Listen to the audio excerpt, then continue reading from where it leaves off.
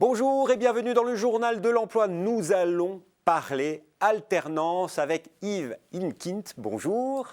Bonjour. Vous êtes président de l'association WALT et directeur général du groupe Thalys qui regroupe 9 établissements d'enseignement supérieur. Vous avez 9 campus partout en France et vous faites du tout alternance. Mais vous êtes là en tant que président de l'association WALT parce que voilà. On vient de sortir d'une période de confinement. Pour les alternants en France, ça a été un moment assez difficile, n'est-ce pas? Difficile, atypique, choisissez l'adjectif qui paraît le plus opportun. C'est clair, passer en 24 heures du tout au tout distanciel n'a pas été obligatoirement un sujet simple, pas obligatoirement possible pour tous les CFA et tous les campus, mais effectivement, en 24 heures chrono, on a basculé dans les réseaux que je porte au titre de WALT, mais également celui que je dirige aujourd'hui, tous les élèves en 100% de distanciel.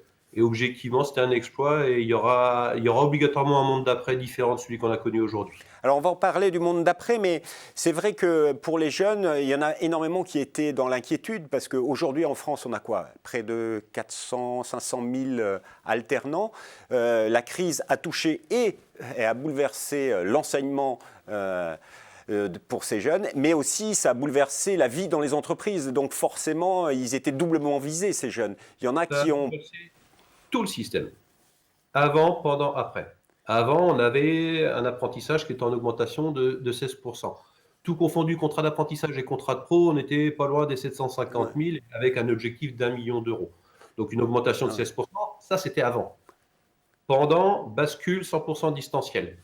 Après, je ne suis pas Nostradamus de l'alternance, mais après, aujourd'hui, il faut d'abord une activité économique qui redémarre pour permettre aux RH, DRH de recruter à nouveau des apprentis.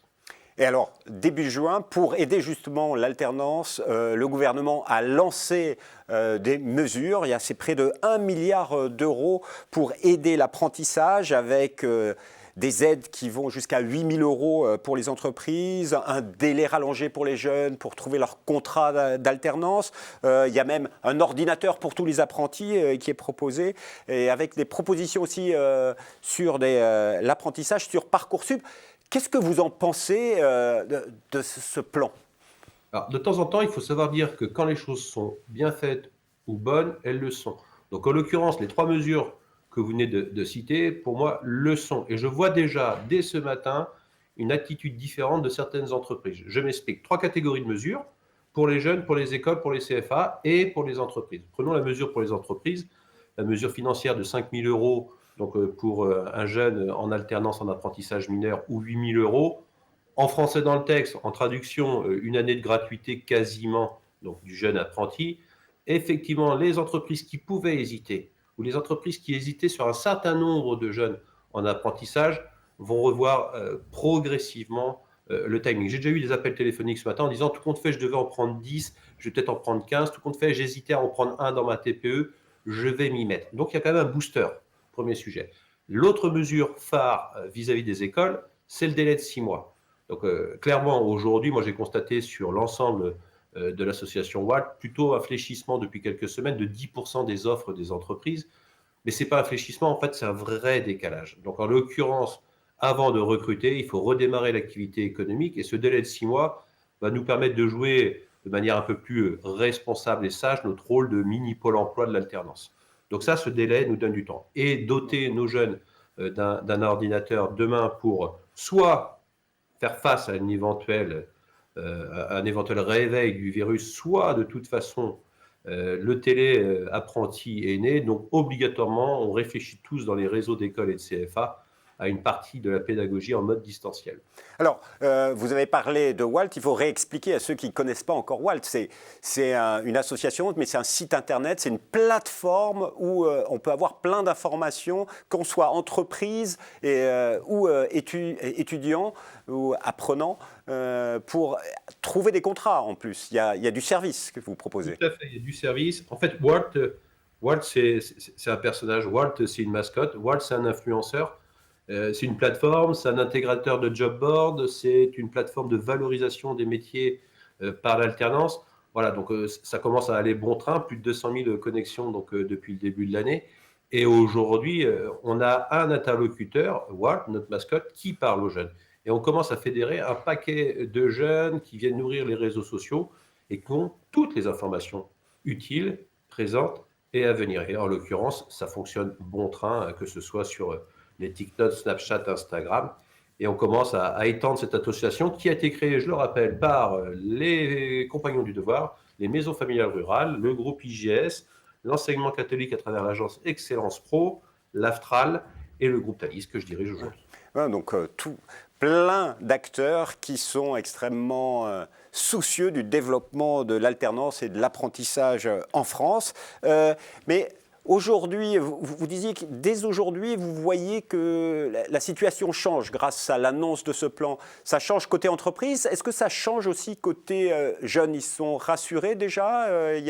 Vous voyez du trafic plus important que Entre les annonces d'hier soir et ce matin ou ce midi, un peu délicat de pouvoir déjà faire un bilan, mais c'est vrai que personnellement, j'ai déjà été contacté une dizaine de fois par des entreprises qui veulent être assurées que toutes ces mesures vont être mises en œuvre. J'ai déjà des questions techniques, à partir de quand?